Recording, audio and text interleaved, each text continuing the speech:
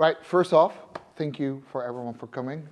So it's nice to be with our own friends and family and colleagues and with the people that actually helped me build this. So today I just want to do a couple of things. It's going to sound a bit like the Oscars, but I do want to say a couple of thank yous.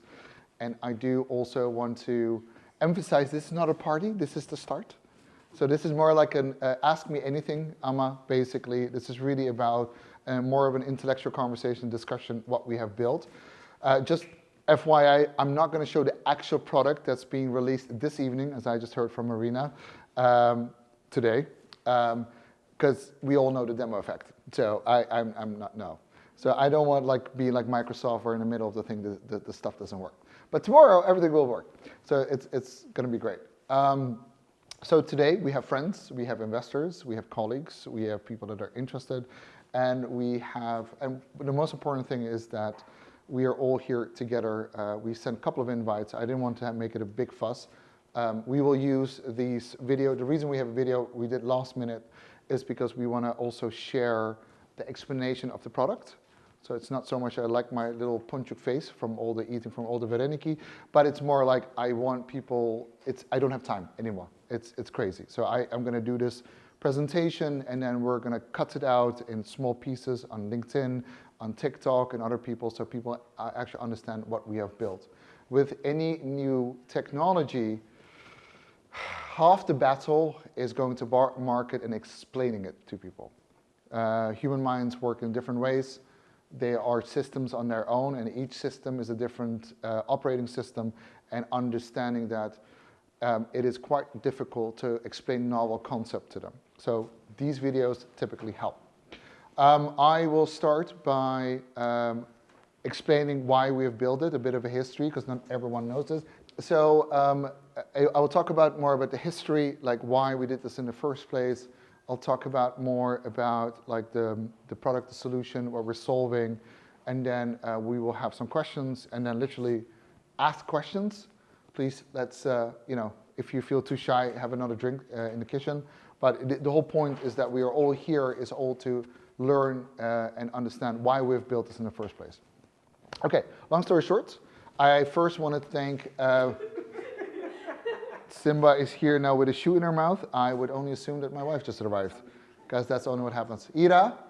Yep. Of course, would you mind having a seat there? You have a place? It's what Simba does always. If she loves someone, she picks up a shoe and replaces it. I'm going to just put the shoe somewhere else. Yarema, I assume this is your shoe? Yeah, okay, cool. All right. Hi. So, okay, so let me start by the first thing. So we all know me, so I'm going to just skip over who I am. But I will tell you that I spent over 10 years of my life working in tech startups, medium-sized startups that are very successful, getting them to 100 million valuation, and also, of course, in the big tech like Google, Cisco, Walmart, Global Tech. What I have seen is that there is a huge unfairness between basically the global tech and what they hold in the top tier strategy consultancies, the likes of McKinsey, Deloitte Monitor, and BCG, compared to what kind of skill set, knowledge, and also assets we have in terms of in smaller and even medium-sized companies. So spending so much time of my life hearing about the same problems of going to market, related to strategy, marketing, sales, day-to-day problems and operations, it was sad. Like, I do have a passion why I'm here. It's not just, hey, listen, I love achievements and I love solving intellectual things. But what I get really passionate about, even angry about, is when I see really, really good-hearted founders and entrepreneurs trying to scale their companies and they really struggle. And they are incredible product people, incredible tech people, but they have struggle of going to market. And why wouldn't they? Because the go-to-market process is a multifaceted, multi-scientific methodology of going to market. If you think of a mathematical algorithm, it has like 10 variables in order to get it right to make sure that you scale in a smart, sustained manner. When I quit corporate life and I went to and started my own strategy consultancy before COVID and the war happened, we rolled out our strategy models and our science-based methodologies, and it worked very well. But I understood that I couldn't scale myself, neither my team, and I knew that also that the new revolution of AI was coming. So what I did is I spent 1.5 years really living on my savings, not serving clients anymore, ignoring the quick wins, and really focusing on building an IP that everyone could use, where we could democratize this. So what I essentially did is, the core of marketing and go-to-market is persuading people to do something. Go on a call with me, sign this or review this proposal, sign this service agreement. We're in the world of B2B. We're not selling iPhones of £700. We are selling anything, a ticket between 1,000 to £1 million, essentially, or dollars or euros. So how do you get people through that funnel and eventually signing with you, especially if they've never met you, they've never met you in a conference, they've never met your wife or your husband, or they never rubbed shoulders at a private members club.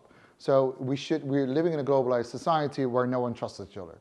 And it only got worse over the past years. Life has become a bit more harder because of political and non-political reasons.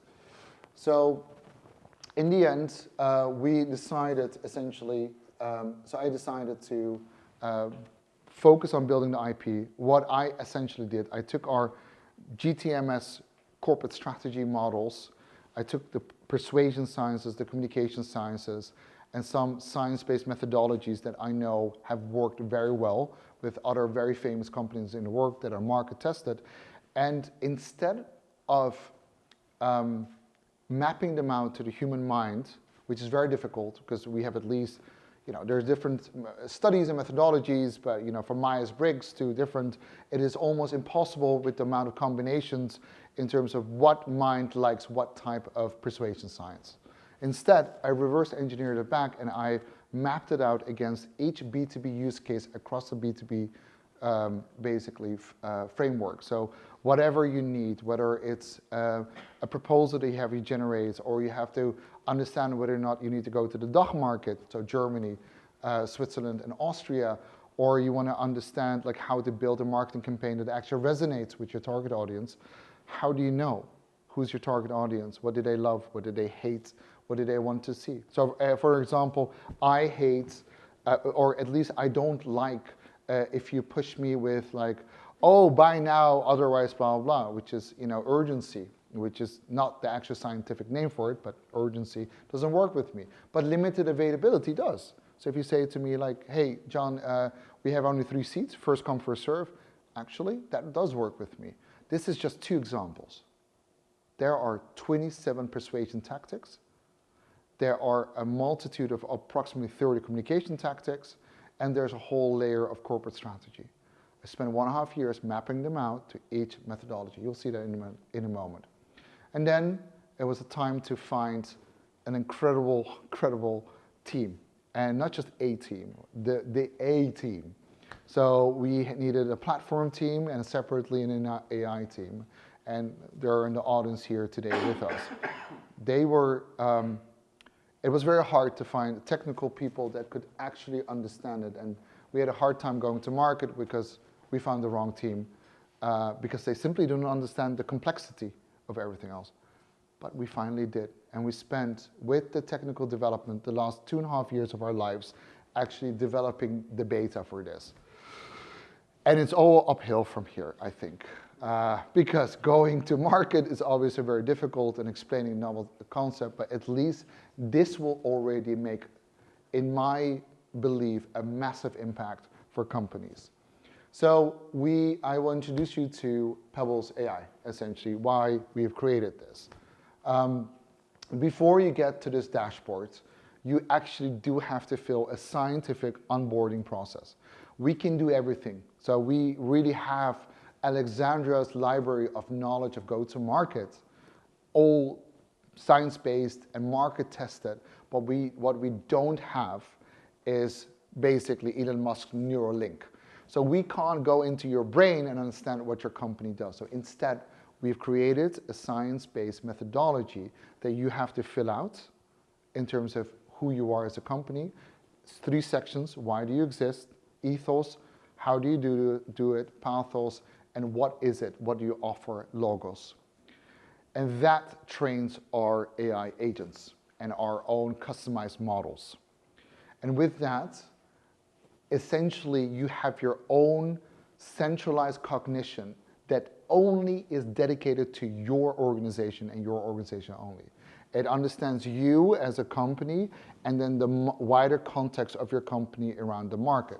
So when you want to scale your company, you essentially will have 3 types of intelligence in there. You'll have, metaphorically, your senior analyst at McKinsey that can give you strategic advice. It'll be able to give you your head of marketing at Google that'll be able to create incredible persuasive marketing campaigns, and you'll have your very high emotion intelligence sales executive at Cisco that knows exactly how to build proposals and other sales assets to get that last, basically, hurdle over to the service agreement when they sign and you actually have a client.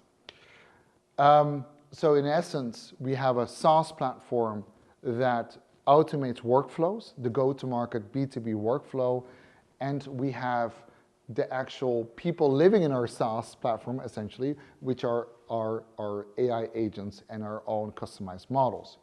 How are we different than other kind of types of products? Well, we have a multi-layer architecture that is AI native. So we have our own partitions. We obviously build on Google Cloud. Google for Startups has backed us up. But on top of that, we have our own GTM knowledge layer. We have our own archives. We have close to 100 persuasion and communication sciences that are mapped out. And we also have your organizational intelligence. And then on top of that, we have a whole user parameter-based system that knows that has rule-based methodologies where we don't even allow you to make a mistake. And you'll see that in a moment. So it's been quite a complex journey to date. But we finally have the foundations of our company, which everything from what I hear from my beloved super intelligent engineers and support team is that from now on, everything is going to be much easier. I doubt it, but we will see.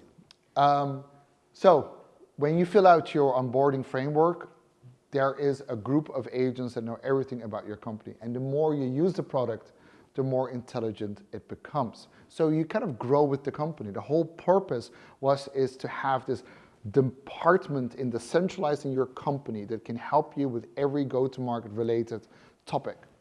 So we have, as you can see, a couple of features already ready. So you come in here, welcome to Pebbles Ai as one of our first users. You'll have, these are your Pebbles. So in this case, we have on-demand intelligence. That's the senior analyst at McKinsey. And then we have tactical outreach. These are the campaigns, the email campaigns, and soon we will also have LinkedIn campaigns. You have performance analytics for managers to assess the performance and the productivity and the efficiency of their team members. Then we have very soon also sales assets coming up. You know, we all have to send RFPs, requests for pricing, and proposals.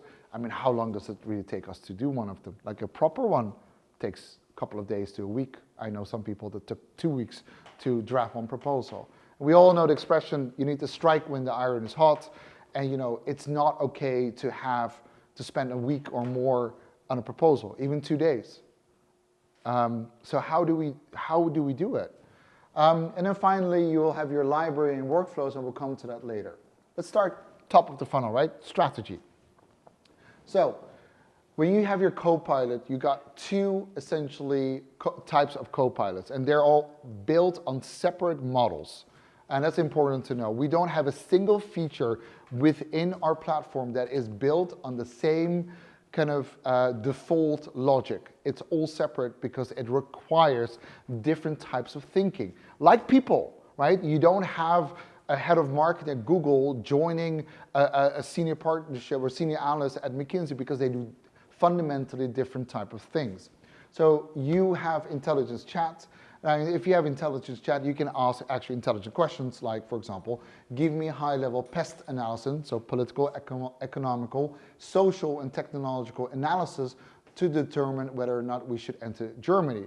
Now, this is a question, I used to build marketing strategies for a living, and I can tell you, McKinsey, they sell these kind of questions for 100K plus, up to 500,000 for a marketing strategy or go-to-market. They do. So we need a gut feeling. Should we do it? Should we not do it? Is it worth our effort? We're a company of 10 people, or we're a company of 100 people. Do we want to put our resources in there? Our time, effort, and money. We don't know. So what if you could have a direction? Second, so these are really the boardroom questions that you might want to ask for those that don't have that kind of level of support. And then general chat is a bit more easier. This is more like the day-to-day, the daily ops. Please check my text for spelling and grammar. Now, that might be quite, ChatGPT already has it. Well, technically not. We're built on the Oxford language principle for grammar and spelling, and we use a lot of lexical semantics, which is the science of basically sentence and words and the meaning between them, in order to every sentence that is produced to have maximum output and impacts. But also give me a couple of creative slogans and give me a short bio of our company, max 300 words for a tender application. So it will be easier. And as I said before, it's completely trained on your organization. Then intelligence chat. This is connected also to current market data. We will not reveal what sources, but we have certain sources that is basically funnel piped in essentially with data so that we always have the right data at hand. So what happens when you press that? So imagine we press that for Pebbles AI for Pebbles AI. So you onboard ourselves in our own platform. So eat your own dog food, as we say. So here we have 4 very nicely basically an output that not only gives us information, which is often, okay, so what? That's often the thing, right? We are not big enterprise companies. We're not Coca-Cola, Unilever. We don't have a horde of departments of marketing salespeople. We need a so what. Like I am a CEO or leadership, I'm on the move. I need to know what can I do with this information. So we do something very unique. We provide you actionable intelligence, things that you can action with. So for example, with political, our work with Revolut accelerated it to a 25.7 billion unicorn. So it looks at like what we worked before. The UK government is benefiting from its success and promoting its success story. This may impress, for example, the German government and advocate our services for their tech startups. Oh, that's a pretty good idea. Or let's do another one, social. So it knows that I'm Dutch, right? So we can easily navigate the Dutch regions in the social landscape and build a faster network, thanks to our Dutch founders' understanding of cultural nuances.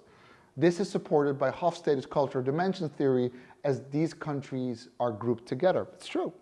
It's easier for me to communicate with the Dutch-German mentality as opposed to, for example, the Japanese one. We're just fundamentally 2 different cultures. So it gives you actionable intelligence in terms of what to do. But there's more. There's much more happening in the background. This is something that we don't show. So we show you the sausage, but we don't show you how the sausage is made. So what is really happening in the background? Well, let me show you what's happening. Now, obviously, for many, many, many legal and competitive reasons, we don't actually show users what we're doing, but we're doing a lot in the background. So, for example, if you look at political, we incorporate something called the bandwagon bias. It means it recommends how our previous success story with Revolut can create 3 things: intrigue, credibility, and trust. So it basically means, hey, we've already worked with X, Y, and Z, and this is why you should work with us. Equally, for example, with tech, which is one of my favorites because I wrote my master's thesis on this, incorporates cognitive dissonance, and in this case, so cognitive dissonance has 3 parts, fear, regret, and shame. And in this case, we're using fear. So recommends that without Canonical or Pebbles AI essentially, and a smart GTM strategy, it's hard to succeed as a tech company. So you are using fear and is saying like, hey, listen, if you don't work with us, then this is what happens. So there is if you look back at it, what it does is it uses frameworks and models, it uses lexical semantics and a layer essentially of persuasion and communication sciences to give you, the leadership team, or maybe the directors, real good guidance in terms of what and how you should consider things to make what we call smart decision-making analytics. Then we go back and we go to tactical outreach. It's one of our favorites. It took a long time for us to build this. So tactical outreach is email campaigns, and soon we'll also have LinkedIn campaigns in this as well. We have briefed it across marketing emails, sales emails, and product emails. So marketing emails are one-touch outreach, so one email, and then we have them in multi-touch campaigns. These are very well-defined,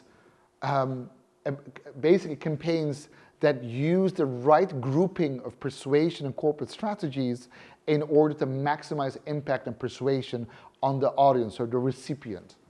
Then we have sales emails, non-paying customers and paying customers. You got to have a different approach with them.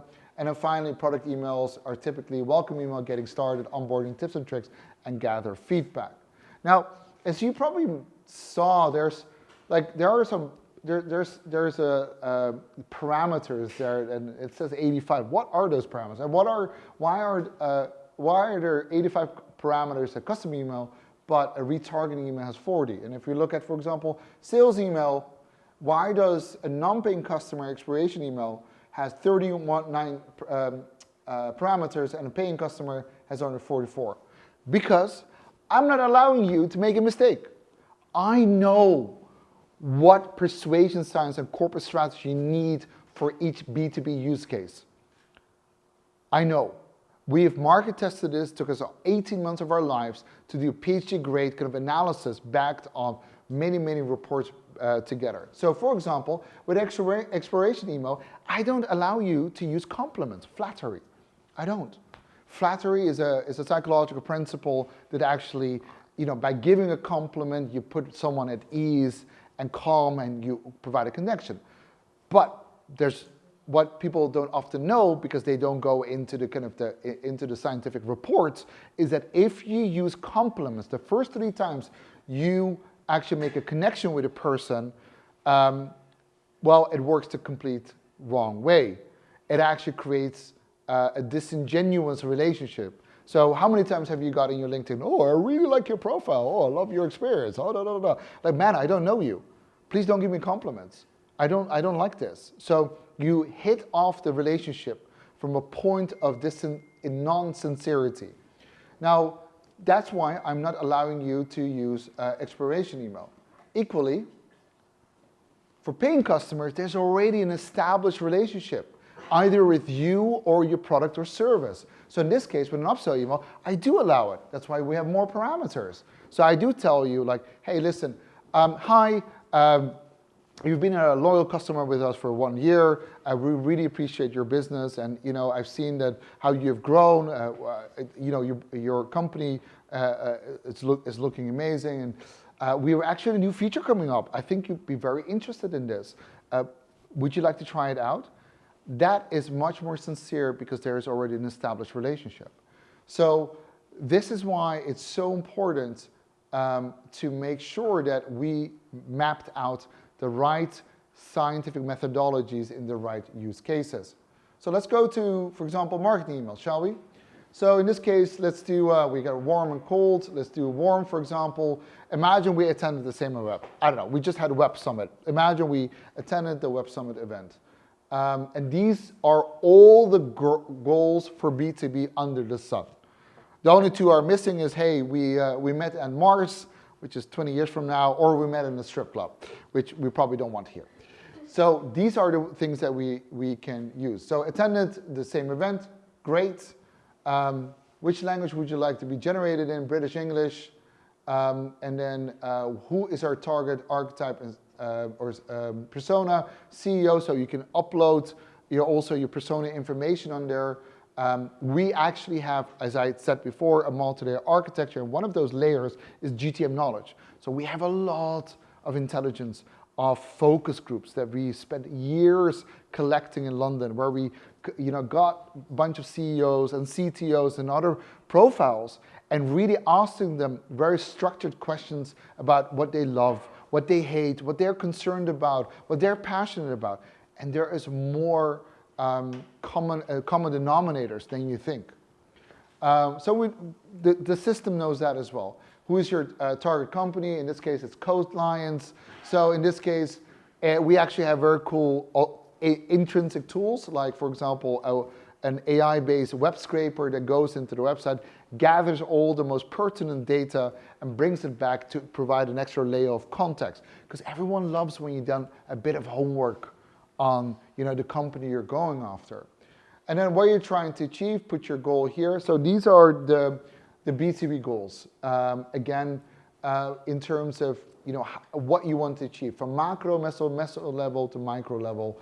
In this case, we're starting at the top, spark a conversation by introducing the product and or service that you're providing. And then any critical information you can provide. Now, after that, you get into persuasion tactics. So in this case, and these are all the methodologies that is important in order to persuade someone to do something you want. So we just had a goal upstairs, right? So in this case, you want to spark a conversation to get, for example, on a meeting. So why do we exist is what we're choosing. We're providing a free report, give first, take later. So it was very important. If you are generous in the first contact, most people really see that as a sign of of your values. So it's a great way to connect with a person that you've either just met or never met in your life. So adding value to people really helps. And then, as you can see, certain things are grayed out because, like everything else, it is a rule-based AI system where we are guiding the AI agents and our models to make the right decisions. So certain persuasion tactics do not go hand in hand. So we are not allowing you to choose the two basic persuasion tactics that will conflict with each other and have a very odd, basically, output. So we go to the next one. Which framing method do you wish to apply to help attain your goal? Loss positioning. If you're at a loss yourself, what the hell a framing method is, well, don't fret, because everywhere on the platform there is an I button for information and it explains to you what it is. Well, maybe that's my parents as academics basically distilling those values in me, but I do believe that it is important to also educate your target audience and what they're doing. And then finally, you go to communications tactics, which is what writing style suits you, persona, Dutch direct writing style, to the point, no fluff, which is how I like it. Which tone of voice would you like? I'd like to be more in the formal place. Which tactics would you like to include to enhance the email's clarity for readers? 1 point per paragraph, because our brain actually can't handle 2 points. It actually pushes us away from our focus, and we're in an economy of attention. So having 1 point per paragraph helps people actually read the email. Bullet points, white spaces, smart paragraphs. What kind of call to action would you like to end your email with? An open-ended call to action is great. What length? Also great. Now, a persuasion tactic is about, hey, here's, for example, a watermelon. Here's why you should buy it. A communication tactic is, this is a watermelon, not a lemon. So both are equally important, but they still have to be confided in a larger kind of science-based corporate strategy methodology, which we all have built in the back. Save and continue. So this is different now. I got a lot of feedback from my team that we should change that, so it is changed. Because now it looks like Pebbles is hyped up on coffee. So we have this great email. Believe it or not, we've done a lot of primary research. On average, an email like this is written by a junior to mid marketing or sales manager around, I'm not joking, 25 to 30 minutes. And it's still not like this. The efficacy is still way below par. In non-native countries, it's around 40 minutes. So that just took us maybe 3 minutes, 4 minutes to do. So, hi John, it was great meeting you at the AI conference. I really enjoyed our conversation at the meetup place. B2B marketing has become difficult due to an avalanche of spam originating from new markets.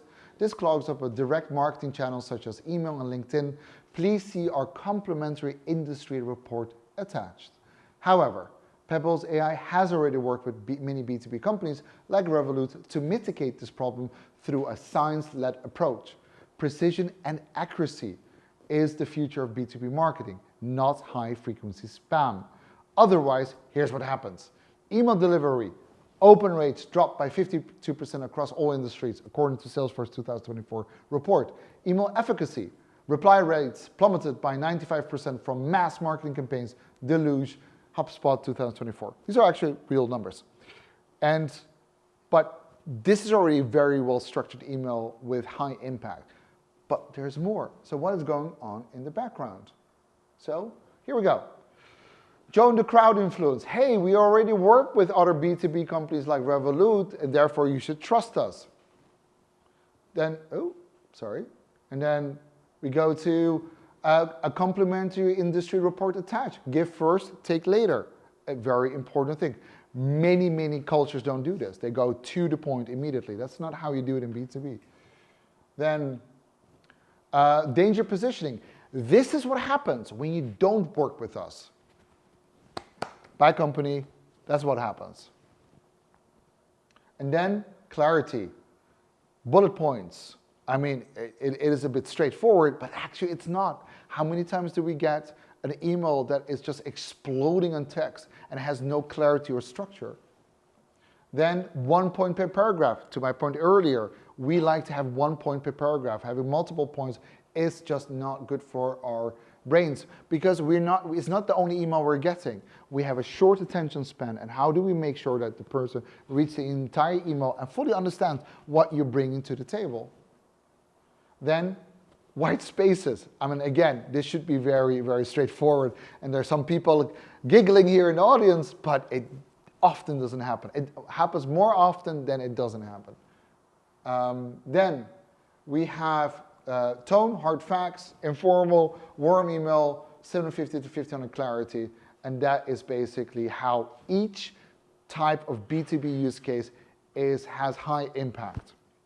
And then we will also have in the very near future collaboration features as well. So where you can all work together, you can review each other's work, you can also basically build campaigns together.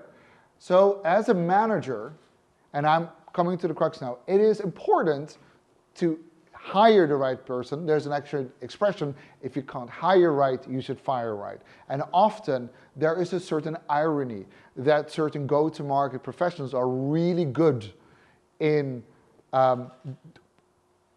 performing very well during interviews, but actually don't perform at all while actually selling the product or service that they were hired to do so. So as the leadership team, you would like to know if they're performing or not. So you'll be able to do so. So in this case, we're looking at a productivity dashboard, which is data recorded and in terms of from our platform.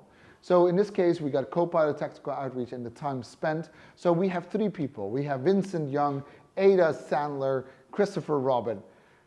Now we can see that Vincent here has created 100 intelligence and 20 emails, but worked 80 hours. That's double of his normal contractual hours. Then you got Ada Sandler, only generated 50 intelligence and less emails than Vincent, but 80% of her work has been accepted by the management team. Then you got Christopher, only generated 60 pieces of intelligence and 18 emails, and it's around 40% acceptance rate. So that means basically the leadership really likes the kind of the campaign strategy or the piece of intelligence and the content they're bringing, basically building the business essentially, because everything else is saved on this platform, whether it's an asset, a campaign, or a piece of intelligence. So in this case, as a manager, you would probably think about maybe letting go Vincent you would probably promote Ada because she has a lot of high acceptance rate, but she only works 20 hours even though her contractual hours are 40 hours. So you might have a conversation with her because she clearly works smart, but not as hard. Maybe she's bored, so you promote her. And then Christopher, somewhere in the middle, but still works very hard and should not be working that hard to get the same results. So probably train Christopher. So that's the kind of insights we already will have in beta. And then, of course, we're going to have library and workflows. Now, everything that you create, we do three things here. We generate intelligence, we produce persuasive campaigns and emails, and finally, we generate incredible assets, RFPs, proposals. All of that you'll be able to save in your library. And before you can save it in your library, there's also a centralized library for the company, and that needs to be reviewed by the management first. If it's accepted, then it goes to the library. So your library does not only essentially operate as a source of truth for all things related for go-to-market that you can reuse, recycle, but it also helps to further educate the AI. So the AI essentially grows with you, like a human. Then, of course, you got workflows as well. If you love certain workflows, you found your sweet spot of your corporate strategy, persuasion science, communication science, the right parameters, you can save it. And you can reuse it afterwards. And then other cool stuff we will also have very soon is, for example, referrals. If you invite 3 friends, you get 3 months for free, and mass referrals. And also the first 1,000 users will be automatically, after 3 months of subscription, will be also enrolled in Pebbles AI Academy, which is a 10-week program, 2 hours a week, where I will be personally teaching everyone how to basically do all these sciences live when you have meetings and how you can read people. Because in the end, people are also systems and there's methodologies in each. Now there's much more coming up than this, but unfortunately we don't have more time. But it's time for some questions. Thank you.